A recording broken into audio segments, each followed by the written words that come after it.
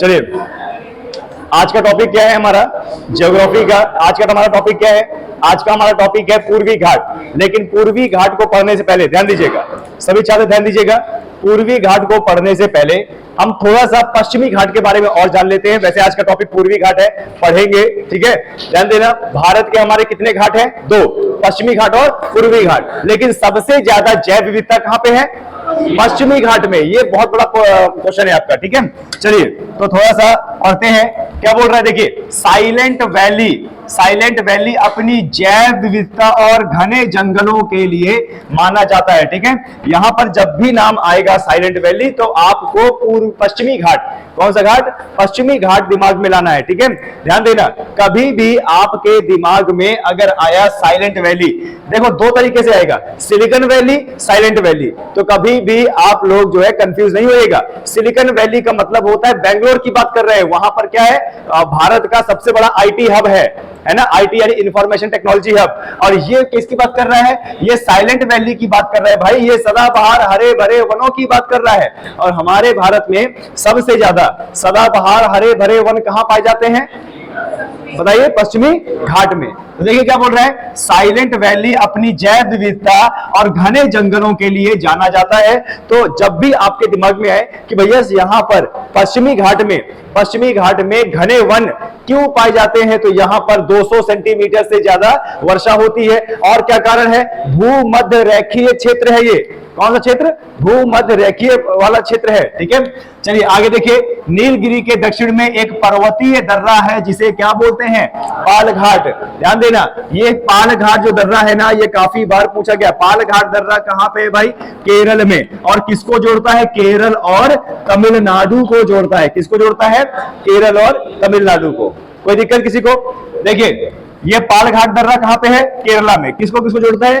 केरला और तमिलनाडु। देखो क्या बोल रहा है, नीलगिरी के दक्षिण में एक पर्वतीय दर्रा है और इसे पाल घाट दर्रा कहते हैं। और एग्जाम में ये आता है कि यह दर्रा किन 2 राज्यों को जोड़ता है? तो केरला और तमिलनाडु को, ठीक है? आगे देखिए, पाल घाट दर्रा को स्थानीय रूप से पलक्कड़ दर्रा कहते हैं। कौन सा? पलक्कड़ दर्रा। ध्यान दीजिएगा, पाल घाट दर्रा ही पलक्कड़ दर्रा है, वो वहां की स्थानीय भाषा में कहते हैं, ठीक है? तो थोड़ा सा लिख लीजिएगा इसको कि बहुत ज्यादा इंपॉर्टेंट है। पाल घाट कहां पर है आपका? केरला में, ठीक है? आगे देखिए, पाल घाट दर्रे से होते हुए केरल और तमिलनाडु राज्य को सड़क एवं रेल मार्ग द्वारा जोड़ा गया है।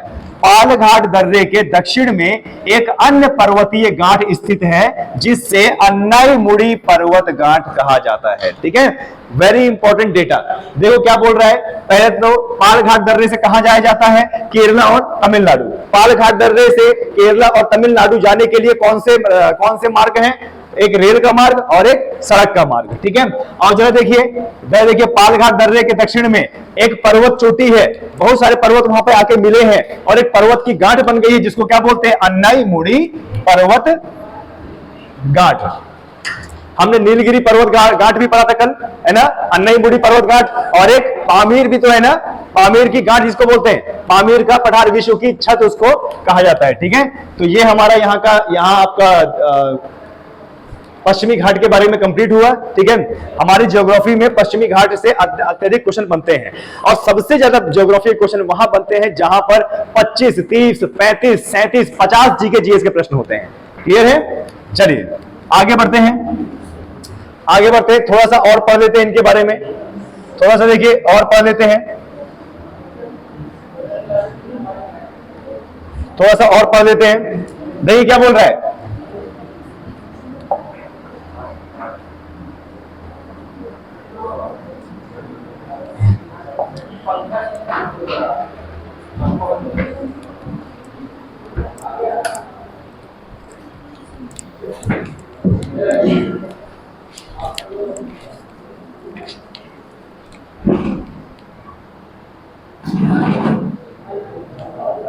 उसी की वजह से नहीं खुल गया।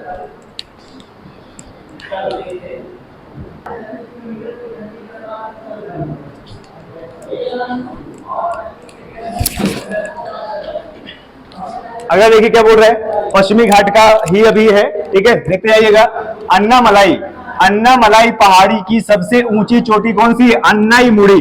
ठीक है, अन्नाईमुड़ी बोलते हैं, अन्नाईमुड़ी भी है। क्या बोल रहा है? अन्नामलाई पहाड़ी की सबसे ऊंची चोटी, अन्नामलाई पहाड़ी की सबसे ऊंची चोटी क्या है? अन्नाईमुड़ी। कार्डमम, कार्डमम पहाड़ी को इलायची पहाड़ी या इलामलय पहाड़ी भी कहा जाता है। ठीक है, ध्यान देना, इलायची की पहाड़ियां कहां पे हैं? केरला में। और यहां पर अनेक प्रकार की इलायची होती है। इलायची कोई एक प्रकार की थोड़ी होती है, कई प्रकार की होती है ना। एक हरी इलायची होती है, एक भूरी इलायची होती है, भूरी इलायची बड़ी होती है, और जो हरी इलायची होती है क्या होती है? छोटी होती है ना। तो जो बच्चे भाई साहब धूम्रपान डंडिका का इस्तेमाल करते होंगे तो घर जाके वो फिर वही इलायची खाते होंगे, हरी वाली, है ना। चलिए, अन्नामलाई पहाड़ी की सबसे ऊंची चोटी अन्नाईमुड़ी है, और कार्डमम पहाड़ी को इलायची पहाड़ी या इलामलय पहाड़ी भी कहा जाता है। इलायची की पहाड़ी कौन से राज्य में है? तो क्या बताएंगे कौन से राज्य में है? केरल के राज्य में है। ठीक है, चलिए, बहुत बढ़िया। कार्डमम पहाड़ी भारत की दक्षिणतम पहाड़ी है। ठीक है, अगेन वेरी इंपॉर्टेंट पॉइंट कि अगर आपसे बोल दे कि भाई भारत की सबसे दक्षिणतम पहाड़ी कौन सी है, तो कौन सी बताएंगे? कार्डमम पहाड़ी। कार्डमम पहाड़ी मतलब इलायची की पहाड़ी। ठीक है, अन्नाईमुड़ी चोटी के पूर्व में पालनी की पहाड़ी है, और पालनी की पहाड़ी कहां पर है? तमिलनाडु राज्य में। कहां पे?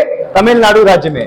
अन्नाईमुड़ी चोटी के पूरब में पालनी की पहाड़ी है। पालनी की पहाड़ी कहां पे? तमिलनाडु में। और पालनी की पहाड़ी मुख्य रूप से तमिलनाडु राज्य में स्थित है। आगे देखिए, प्रसिद्ध पर्यटन स्थल, प्रसिद्ध पर्यटन स्थल कोडाईकनाल कहां पे है? तमिलनाडु राज्य में। ठीक है, बहुत ज्यादा इंपॉर्टेंट पॉइंट, काफी बार जीके जीएस में पूछा गया है कि कोडाईकनाल पर्यटक स्थल कहां पे है? आपका उत्तर क्या हो जाएगा? तमिलनाडु में। क्लियर है बच्चे? सुनिए, ध्यान से सुनिए, आप ध्यान से सुनिए, लिखिए मत, क्योंकि ये पूरा का पूरा पीडीएफ जब कंप्लीट हो जाएगा आपको भेज दिया जाएगा। आप लोग लिखने में ध्यान देते हैं, सुनते नहीं है, नतीजा आपको अच्छे से नहीं आ पाएगा। आप ध्यान से सत्यनारायण की कथा जैसे सुनिए आराम से। ठीक है, ये पूरा का पूरा पीडीएफ आपके ग्रुप में, इंटरनेट में, यूट्यूब में, हर जगह भेज दिया जाएगा। क्लियर है? चलिए, प्रसिद्ध पर्यटन स्थल क्या नाम है? कोडाईकनाल। कहां पर है? तमिलनाडु राज्य में। क्लियर है? आगे, कौन सी पहाड़ियों पर स्थित है? पालनी की पहाड़ियों पर स्थित है। आए समझ में? कोई दिक्कत है? सत्यनारायण की तरह पढ़िए एकदम से, कोई दिक्कत नहीं है। अगर आज ये कंप्लीट हो जाएगा तो पूरा का पूरा पीडीएफ आपके ग्रुप में भेज दिया जाएगा, नोट्स बना लेना उसमें। ठीक है, आगे देखिए, पालनी की पहाड़ियां पूरी तरह से तमिलनाडु राज्य में है, विस्तृत है, जबकि अन्नामलाई पहाड़ी और कार्डमम पहाड़ी तमिलनाडु और केरल राज्य की सीमा पर स्थित है, लेकिन अत्यधिक भाग किसमें है? केरला में है। यही कारण है कि जब भी हमारे भारत में सरकारी नौकरी में यह प्रश्न पूछा जाता है कि भाई इलायची की पहाड़ियां कहां पर स्थित है, तो हम मुख्यतः क्या लगाते हैं? केरल लगाते हैं, क्योंकि अत्यधिक विस्तार उनका कहां पे है? केरल में है। क्लियर है? और केरल तो वैसे ही मसाला राज्य के लिए जाना जाता है ना, केरल तो वैसे ही मसाला राज्य के लिए जाना जाता है ना। और केरल ही तो वो था जो 1498 में पुर्तगालियों को यहां तक खींच लाया, और फिर 1947 तक जो है अच्छा खासा गुलाम बना रहा है ना। सोचिए, सोना चांदी नहीं, मसाले ने गुलाम बनवा दिया हमें, मसाले ने। ठीक है, चलिए आगे बढ़ते हैं।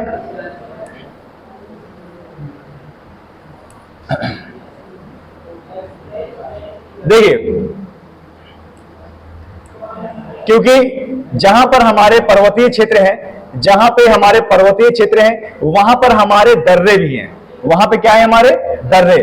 और दर्रों का मतलब क्या होता है? दर्रों का मतलब होता है कि भैया जैसे मान लीजिए ये पहाड़ है ना, और पहाड़ों के बीच से, पहाड़ों को काट कर या पहाड़ों के बीच से जगह मिल गई और आप इस पार से उस पार जा सकते हैं, उसी को क्या बोलते हैं? दर्रा बोलते हैं। दो पहाड़ियों के बीच की जगह होती है वो क्या होता है? दर्रा ही होती है। आप जो है पहाड़ी को ना चढ़ना पड़े और बीच से ही निकल जाओ, उसी को क्या बोलते हैं? दर्रा। तो देखिए, आपको बता दें, जिस दर्रे की हम बात कर रहे थे भाई, थाल घाट, भोर घाट, है ना, दक्षिण के 3 दर्रे आपको बहुत ज्यादा पढ़ने पड़ते हैं। देखिए, ये यहाँ पे महाराष्ट्र है, थाल घाट दर्रा, और उसी के नीचे महाराष्ट्र में भोर घाट दर्रा, और उसी के नीचे केरला और तमिलनाडु की बाउंड्री में स्थित पाल घाट दर्रा। ये 3 दर्रे आपका सरदर्द बना हुआ है। क्यों? क्योंकि पूछा जाता है आजकल एग्जाम में उत्तर के दर्रे कम पूछे जाते हैं, दक्षिण के। पता है क्यों? क्योंकि छात्र उत्तर के रख लेता है। क्यों छात्र उत्तर के रख लेता है? क्योंकि ये देखिए, इतने सारे दर्रे हैं उत्तर में, इतने सारे। ये देखिए, काराकोरम दर्रा, चांगला दर्रा, खारदुंगला, थांगला, और और यहाँ पर क्या है, बारहच्छला, शिपकिला, नीतिला और मानादर्रा, नाथुला, जलेपला और बॉम्बडिला, यांगया और क्या है ये लेखा पानी दर्रा, और यहाँ पे दीफू दर्रा, यहाँ पे तुजू दर्रा। इतने सारे दर्रे हैं हमारे उत्तर में, उसी को याद कर लेता है, नीचे के याद नहीं करता है। और जबकि आपको इनको भी ध्यान देना है, जबकि आपको इनको भी ध्यान देना है कि भाई थाल घाट दर्रा कहां पे है हमारा, महाराष्ट्र में। भोर घाट दर्रा कहां पे है हमारा, महाराष्ट्र में। और पाल घाट दर्रा हमारा कहां पे है, केरला में है। ठीक है, चलिए अब थोड़ा सा और पॉइंट देखते हैं, ये दर्रों के हिसाब से पॉइंट देखते हैं, ये भी आपके एग्जाम में बहुत अच्छे तरीके से आते हैं। ठीक है, जो भी मैं पढ़ाता जा रहा हूं बहुत अच्छे से स्मरण कीजिए। देखिए, पश्चिमी घाट पर्वत पर जगह जगह पे दर्रे पाए जाते हैं। कहां पर, पश्चिमी घाट पर। क्यों, क्योंकि पर्वतीय क्षेत्र है, और ऐसा पर्वतीय क्षेत्र जो क्या है, पठारी क्षेत्र है। ठीक है, इन दर्रे से होकर पश्चिमी घाट पर्वत को पश्चिम से पूर्व दिशा को पार करने में सहायता होती है। यहां पर एक प्रश्न आया था, ज्योग्राफी का एक प्रश्न था कि अगर आपको पश्चिमी घाट से पूर्वी घाट जाना है तो इनमें से कहां से होकर जाना पड़ेगा, तो दर्रों से होकर जाना पड़ेगा। और वो दर्रे कौन से हैं, पाल घाट, गोर घाट और थाल घाट। ये तीनों दर्रे हैं जहां से आपको पश्चिमी घाट से पूर्वी घाट में जाना पड़ेगा। आगे देखिए क्या बोल रहे हैं, थाल घाट दर्रा। थाल घाट दर्रा कहां पे है, महाराष्ट्र में। थाल घाट दर्रा, थाल घाट दर्रा घाट पर महाराष्ट्र राज्य में स्थित है। और थाल घाट दर्रे से होकर मुंबई और कहां जाते हैं, नागपुर। थाल घाट दर्रा किसको जोड़ता है, मुंबई और नागपुर। क्लियर है। फिर उसके नीचे, उसी के नीचे क्या है, भोर घाट दर्रा। भोर घाट दर्रा पश्चिमी घाट पर महाराष्ट्र राज्य में स्थित है, और भोर घाट दर्रे से होकर मुंबई टू पुणे जाने वाली सड़क थी। यानी देखिए, आपको बता दें, ज्यादातर एग्जाम में क्या आता है, भोर घाट दर्रा। भोर घाट दर्रा किसको जोड़ता है, मुंबई टू पुणे। और ये जो थाल घाट दर्रा है, इसमें मुंबई टू नासिक लगाइएगा, इसको मुंबई टू नासिक।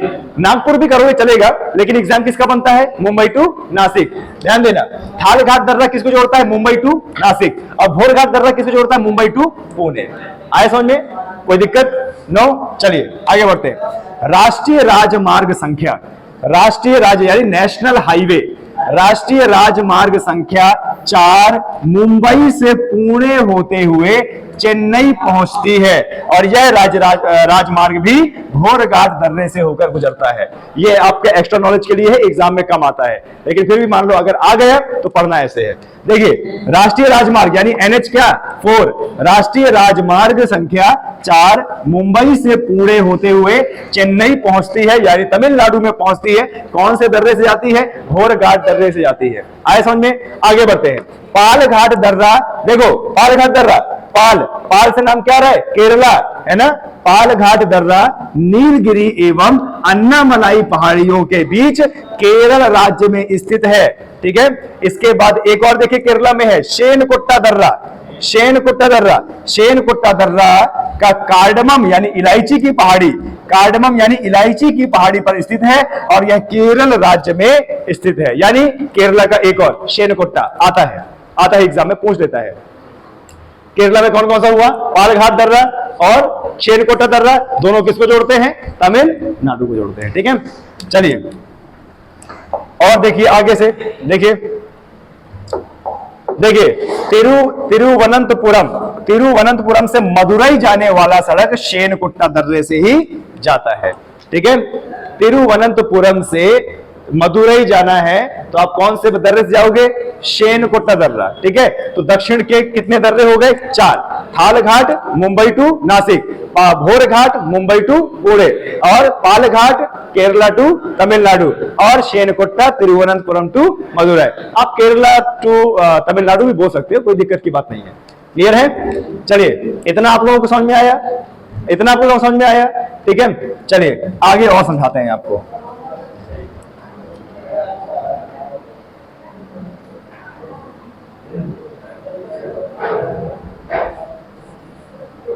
देखिए बोल देंगे, दर्रे कुछ इस प्रकार के होते हैं। इस फोटो में देखिए, दर्रे कुछ इस प्रकार के होते हैं। अब यूं मत समझना कि एक भाई पेड़ हो, एक पहाड़ होगा, बीच से काट दिया दर्रा बन गया, नहीं। ये इतने बड़े बड़े होते हैं कि यहाँ पर अच्छे खासे जिले बसाए जा सकते हैं। देखिए आप इस पहाड़ी में देखिए, इस पहाड़ी में ये जगह दिख रही है, ये देखिए यहां पर देखिए गाड़ी आ रही है, यही वो दर्रे होते हैं और पहाड़ों के इर्द गिर्द से जाना होता है ना, यानी पहाड़ों के मध्य से। यहां पे देखिए, ये देखिए एक रास्ता बना हुआ है, राजमार्ग बना हुआ है, और इस रास्ते के चारों ओर क्या है, पहाड़ियां हैं। ठीक है, आपको बता दें यहाँ के जो ड्राइवर होते हैं ना, बड़े हैवी ड्राइवर होते हैं भैया। ठीक है, कभी देखना आपको चक्कर ना आ जाए तो बताना। क्यों सूरज, आपके उत्तराखंड में गाड़ी जब ऐसे घुमाते हैं तो लगता है ना कि गए गए गए, पहाड़ी के नीचे सीधे उतर गए, है ना। तो यहां पर आपको बता दें नॉर्मल आदमी ड्राइव नहीं कर सकता है। ठीक है, कभी आप जो है देहरादून या उत्तराखंड घूमना, ठीक है, आप वहां से सलामत आ जाओ ना तो भगवान को बहुत खुशी मनाओगे कि अरे भगवान हम लोग जो है सही सलामत आ गए। क्यों? क्योंकि वहां के ड्राइवर इतने एक्सपर्ट होते हैं, जब पहाड़ियों में घुमाव लेते हैं तो इतना तेजी से घुमाव लेते हैं, अगर खिड़की वाली सीट है भाई साहब तो दिन में स्वर्ग दिख जाएगा आपको। ठीक है, चलिए तो देखो इस प्रकार के होते हैं दर्रे, पहाड़ियों के बगल में इस प्रकार के दर्रे होते हैं। ठीक है, और यहीं से ही राष्ट्रीय राजमार्ग रोडें बनाई जाती हैं एक राज्य से दूसरे राज्य। अब देखिए इतनी बड़ी पहाड़ी है ना, पश्चिमी घाट से पूर्वी घाट जाएंगे तो क्या इतनी बड़ी पहाड़ी को पार करेंगे क्या? नहीं, इसीलिए प्राकृतिक या मानवीकृत दर्रों का इस्तेमाल किया जाता है। क्लियर है, जगह बनाई जाती है, पर्वतों को काटा जाता है। क्लियर है, इसी प्रकार के जम्मू कश्मीर में भी आपको मिल जाएगा। चलिए इन्हीं को दर्रे बोलते हैं। देखिए कितनी हरियाली है इसमें, देख रहे कितनी हरियाली है, क्योंकि बारिश ज्यादा होती है और सदाबहार हरे भरे वन पाए जाते हैं, और यहाँ का जो मौसम होता है ना बड़ा अनुकूलित होता है दोस्तों। देखिए भूस्खलन आपको बता दें, बहुत अच्छा आपने बताया, भूस्खलन वहां पर होता है जहां की मिट्टी भुरभुरी होती है। जहां पर चट्टाने वहां भूस्खलन नहीं होगा, यहाँ पर चट्टाने बहुत ज्यादा है, नतीजा यहाँ पे भूस्खलन की मात्रा कम है। उत्तराखंड में चले जाइए, चट्टाने कम मिट्टी ज्यादा है तो भूस्खलन क्या होता है, ज्यादा होता है ना, मजबूती नहीं मिल पाती है ना। चलिए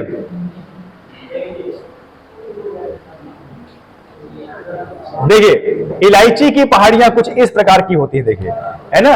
देखो कितना अच्छा मौसम है, इस प्रकार के हमारे खेत हो जाए तो भैया मैं तो कोचिंग छोड़ दूं, मैं तो वहीं घूमूं, है ना। यहां पे बैठा के पढ़ाएंगे आपको।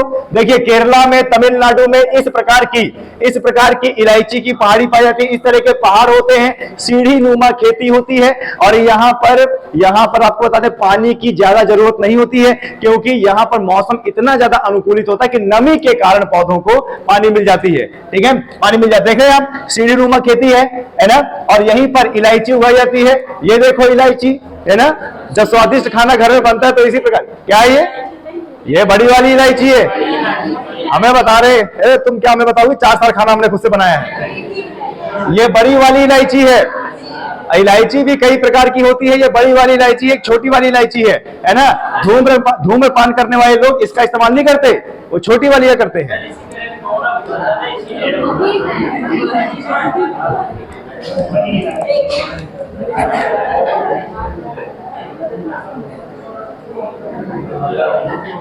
चलिए बोल बातें नहीं। चलिए हेडिंग डालिए पूर्वी घाट, हेडिंग डालिए पूर्वी घाट।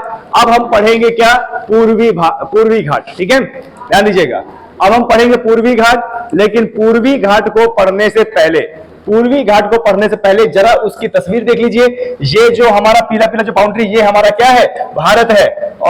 और भारत के पश्चिम की ओर कौन सा सागर है भाई, अरब सागर। और इधर कौन सा है, बंगाल की खाड़ी। तो जरा बताइए हमारा पूर्वी घाट कौन से समुद्र में बनता है, बंगाल की खाड़ी। और हमारा पश्चिमी घाट कहां बनता है, अरब सागर में। क्लियर है, आए समझ में। अब देखो ये जो हमारा पूर्वी घाट है, यहां पर भी जैव विविधता अत्यधिक पाई जाती है, पर उतना नहीं जितना पश्चिम घाट में है। और आपको बता दें ये जो घाट है ना, ये कटा फटा घाट है। पश्चिम घाट तो हमारा कंटिन्यू है, ऐसे बना हुआ है, लेकिन ये क्या है, ये कटा फटा ऐसे है, ऐसे कटा फटा घाट है। और यहां पर चौड़ाई ज्यादा है, और इसकी ढाल बंगाल की खाड़ी में है। नतीजा यहीं पर सबसे ज्यादा नदियां अपना जल गिराती है और डेल्टा का निर्माण करती हैं। क्लियर है, आए समझ में। देखिए यहां पर बंगाल से लेकर कन्याकुमारी तक, यहां पे बंगाल से लेकर कन्याकुमारी तक हमारा क्या आता है, जरा बताइए, पूर्वी घाट आता है। और पूर्वी घाट में अत्यधिक नदियां डेल्टा बनाती हैं। अत्यधिक नदियों का डेल्टा बनाने का कारण यह है कि इन नदियों को मैदानी क्षेत्र मिल जाता है, तराई क्षेत्र मिल जाता है। नतीजा अवसाद बहाकर अपने नदी के मुहाने में इकट्ठा कर देती हैं, और वहां पर मिट्टी के भूखंड बन जाते हैं, दलदली भूखंड बन जाते हैं, जिसको क्या बोलते हैं, जिसको क्या बोलते हैं, डेल्टा। और उन्हीं डेल्टा पर मैंग्रोव वन उग जाते हैं। प्रश्न हुआ कि सबसे ज्यादा मैंग्रोव वन कौन से घाट में पाए जाते हैं, पश्चिमी घाट के पूर्वी घाट? पूर्वी घाट, क्योंकि सबसे ज्यादा नदियां डेल्टा वही बना रही हैं। और विश्व का सबसे बड़ा डेल्टा कौन सा? सुंदरवन का डेल्टा मेघना नदी या फिर ब्रह्मपुत्र और गंगा नदी द्वारा बनाया जा रहा है। ठीक है, तो देखिए ये हमारा बढ़िया त्रिकोणीय चतुर्भुज आकार का हमारा भारत है। ये हमारा अरब सागर, ये हमारा बंगाल की खाड़ी। क्लियर है? आए समझ में? ओके, चलिए आगे बढ़ते हैं। देखिए कभी भी हम पूर्वी घाट को पढ़ें तो पूर्वी घाट में एक लाइन से भैया पहाड़ी लगी हुई है, लेकिन सब कटी पटी पहाड़ियां। देखिए उड़ीसा की बात करें तो उत्तरी सरकार, उससे नीचे आंध्र प्रदेश में नल्लामाला पहाड़ी, वेनुकोंडा की पहाड़ी, पालकोंडा की पहाड़ी, नगरी की पहाड़ी, और यहां पर तमिलनाडु में बात करें तो जवादी की पहाड़ी, शेवरॉय की पहाड़ी, पंचाई मलाई की पहाड़ी और सिरुमलाई की पहाड़ी, पालनी की पहाड़ी और वरुशनाड की पहाड़ी। इतनी पहाड़ी हमारी किसमें है बताइए? पूर्वी घाट में है। लेकिन आपको बता दें इनकी जो ऊंचाई है ना, पूर्वी घाट के पर्वतों की जो ऊंचाई है वह पश्चिमी घाट के पर्वतों से कम है, क्योंकि ये वाला हिस्सा तो ऑलरेडी उठा हुआ है ना, याद है ना? आगे भारत टकराया था तो यहां पर भ्रंश पड़ा था और ये उठा था। यही कारण है कि वहां की क्या है, पर्वतों की ऊंचाई छोटी है और यहाँ की क्या है, ज्यादा है। तो देखो ये क्रम बनता है, क्रम देख लीजिए, ये क्रम बनता है। उड़ीसा में उत्तरी सरकार, फिर आंध्र प्रदेश में नल्लामलाई की पहाड़ी, वेनुकोंडा की पहाड़ी, पालकोंडा की पहाड़ी, नगरी की पहाड़ी, जवादी की पहाड़ी और शेवराई की पहाड़ी तमिलनाडु में, और इधर क्या है, पंचाई मलाई की पहाड़ी, सिरुमलाई, पालनी, और यहां पर क्या है आपका वरुशनाड की पहाड़ी। इसके बाद कन्याकुमारी आ जाता है। कन्याकुमारी से हमारा हिंद महासागर, और हिंद महासागर फिर बड़ा भयंकर सागर, और हिंद महासागर जो पर्टिकुलर एक देश के नाम पे पड़ा है, भारत। क्लियर है? कोई दिक्कत यहां पे? पढ़ने मजा आ रहा है सब लोगों को? चलिए क्या नेक्स्ट, अच्छा थोड़ा सा इधर भी कर लेते हैं। पश्चिमी घाट, शेषेश्वरम की पहाड़ी, नीलगिरी की पहाड़ी, दोदा बेटा की पहाड़ी, अन्नई मलाई की पहाड़ी, अन्नई मुड़ी की पहाड़ी, और केरला में क्या, इलायची की पहाड़ी। ठीक है, अब मेरा विश्वास है कि कभी अगर केरला घूमने गए, मान लीजिए कभी केरला घूमने गए और इलायची की पहाड़ी में गए और थोड़ी सी इलायची तोड़ लाए, आपको भाई साहब जो सुकून पहुंचेगा ना, पता है क्यों? क्योंकि इसके बारे में ऑलरेडी आपने पढ़ रखा है ना?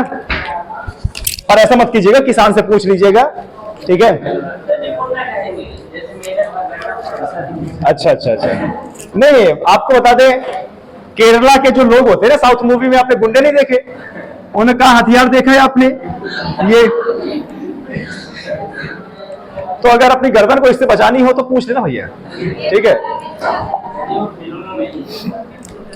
चलिए तो देखिए हम पूर्वी घाट की बात कर रहे हैं। चलो पूर्वी घाट के बारे में सुन लीजिए कि पूर्वी घाट में कैसा क्या है। ठीक है, पूर्वी घाट के बारे में पढ़ रहे हैं। अभी आपने मैप में देखा कि पूर्वी घाट हमारा बंगाल की खाड़ी में है, बंगाल से लेकर तमिलनाडु तक में। ठीक है, चलिए देखिए, पूर्वी घाट पर्वत पश्चिम घाट पर्वत की तरह क्रमबद्ध और निरंतर नहीं है। कैसा है? हर जगह ये कटा-पटा है ना, यानी कंटिन्यूस नहीं है, कहीं पहाड़ी है कहीं नहीं है। लेकिन हमारा पश्चिमी घाट में क्या है, एक लाइन से पश्चिमी घाट एक दीवार की तरह बना हुआ है। ये ऐसा नहीं है, ये कैसा है, कटा फटा है। क्लियर है? आगे देखिए, प्रायद्वीप भारत के पठार का ढाल पूर्व की तरफ है, ऐसे है ना? पश्चिम से कैसे है, पूर्व है, तभी तो हमारी नदियां बंगाली खाड़ी में गिरती है ना। देखिए, प्रायद्वीप भारत के पठार का ढाल पूर्व की तरफ है, जिसके कारण प्रायद्वीपीय भारत की अधिकांश नदियां पश्चिम घाट से कहां बहती हैं, पूर्वी घाट निकलकर पूर्वी तट पर प्रवाहित होती हैं। जैसे महानदी, गोदावरी, कृष्णा और कावेरी और स्वर्णरेखा और दामोदर नदी और बहुत सारी नदियां हैं। तो ये क्या बनाती हैं, डेल्टा बनाती हैं। ठीक है, आए समझ में? फिर से एक बार आपके लिए देखिए, प्रायद्वीप भारत के पठार का ढाल पूर्व की तरफ है, जिसके कारण प्रायद्वीपीय भारत की अधिकांश नदियां पश्चिम घाट से होकर पूर्वी घाट को जाती हैं और वहां पर प्रवाहित होती है, डेल्टा बनाती, जैसी महानदी, गोदावरी, कृष्णा और कावेरी। देखिए ध्यान से सुनिएगा, ध्यान से। महानदी उड़ीसा में, इसी के ऊपर विश्व का सबसे लंबा हीराकुंड बांध बना हुआ है ना। गोदावरी नदी दक्षिण की गंगा बोलते हैं, वृद्ध गंगा बोलते हैं, और दक्षिण की सबसे लंबी नदी। ठीक है, कुंभ मेला इसी नदी में होता है। कृष्णा नदी याद है ना, नागार्जुन सागर बांध कृष्णा नदी के ऊपर, और और तुंगभद्रा इसकी क्या है, सहायक नदी है। आगे देखिए, कावेरी नदी केरल, कर्नाटका और तमिलनाडु का जल विवादित नदी है। तो इतना तो आप लोगों को पता होना चाहिए ना। चलिए आगे देखिए, पूरब की ओर, देखिए पूरब की ओर प्रवाहित होने के कारण महानदी गोदावरी, कृष्णा और कावेरी नदियों में पूर्वी घाट पर्वतों की जगह को जगह जगह क्या है, काट छाट दिया है। अब देखिए, हमारा जो पूर्वी घाट है वो इतना कटा-फटा क्यों है? क्योंकि अत्यधिक नदियां बह के जाती हैं, उन्होंने पहाड़ियों क्या कर दिया है, काट दिया है। याद है ना, कहीं से भी किसी भी चट्टान से अगर पानी रनिंग वाटर में लगता हुआ जाता है तो वह चट्टान को काट देता है। फॉर एग्जाम्पल, नल होता है, नल के नीचे की पटिया कई दिनों बाद फिर खोखली हो जाती है, होती कि नहीं? पुराने नल देख लीजिएगा, जो पटिया है ना, पटिया वो खोखली हो गई होगी और वहां के कण दिख रहे होंगे, है ना? क्यों? रनिंग वाटर चट्टान को काटता है। तो इतनी सारी नदियां पूर्व की ओर बह रही हैं, चट्टानों को क्या कर दिया, काट दिया, पहाड़ों को क्या कर दिया, काट दिया। नतीजा क्या हो गया, कटे फटे जैसा दिखता है हमारा पूर्वी घाट। आगे देखिए, गोदावरी और कृष्णा नदियों, गोदावरी और कृष्णा नदियों के डेल्टा के बीच में कौन सी नदी, गोदावरी और कृष्णा नदियों के डेल्टा के बीच में पूर्वी घाट पर्वत बिल्कुल क्या हो गए, समाप्त हो गए। इतना ज्यादा कटाव हो गया है कि जो पहले पर्वत हुआ करते थे वो धीरे धीरे क्या हो गए, क्षरण हो गया। मैंने बताया था ना कि जो पुराने पर्वत है उनका क्षरण हो गया है। क्यों? अपरदन हो गया है। कैसे हो गया? भौगोलिक क्रियाओं के कारण। ये हमारी देवांगना घाटी पहले बड़ी हुआ करती थी, लेकिन लगातार वर्षा, धूप, ठंडी, पानी के कारण क्या हो गई, कट गई। और ऊपर से कट गई, नतीजा क्या बन गया, पठारी क्षेत्र। और पठारी क्षेत्र बन गया तो योगी जी की बड़ी महान कृपा हुई कि चित्रकूट में उन्होंने क्या बना दिया, एयरपोर्ट। और एयरपोर्ट भी कैसा बना, टेबल टॉप एयरपोर्ट बना। ठीक है, आया समझ में? आपको बता दें, देखिए ये बड़े गर्व की बात है, ये बड़े गर्व की बात है कि सिटी के सेंटर में थोड़ी ही दूर पे बस स्टैंड है, थोड़ी ही दूर पे रेलवे स्टेशन है, थोड़ी ही दूर पर एयरपोर्ट है ना? ये सरकार की बड़ी कृपा रही। मैं चाहता हूं कि मेरे शब्द योगी तक जाए, योगी महाराज तक जाए। शायद हो सकता है एकेडमी के लिए कुछ फंड आ जाए वहां से, है ना? वही सीधी सी बात है, किसी की पढ़ाई करेंगे तो देगा तो है। गोदावरी और कृष्णा नदियों के डेल्टा के बीच पूर्वी घाट पर्वत बिल्कुल समाप्त हो गया है। ठीक है, देखिए क्या बोल रहा है, पूर्वी घाट पर्वतों को,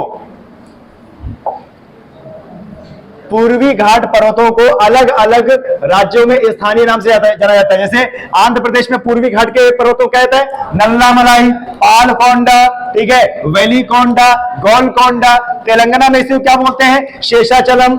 और तमिलनाडु में इसे क्या बोलते हैं, जवादी, शबराय, पंचमलाई और सिरुमलाई।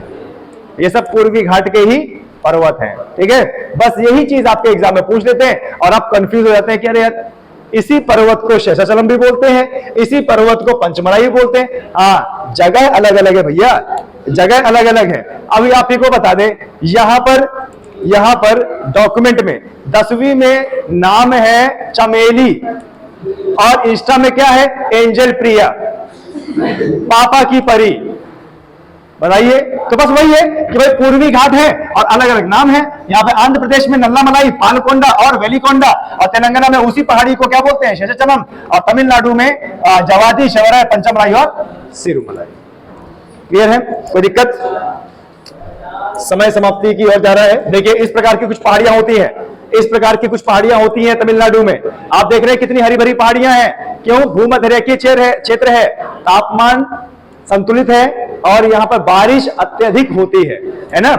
एक उदाहरण आपको देता हूं, चित्रकूट में जब बारिश हो जाती है और 2 महीने तक कंटिन्यूस बारिश चलती है, आप भी देखते हो यहाँ पे सब हरा भरा हो जाता है। देवांगना घाटी में घुसने की हिम्मत नहीं होती है। क्यों? क्या पता कहां से कोई अजगर आ जाए, है ना, पूरा पूरा खा जाए, सिलेक्शन हमारा कहीं और हो जाए। चलिए, बहुत बढ़िया।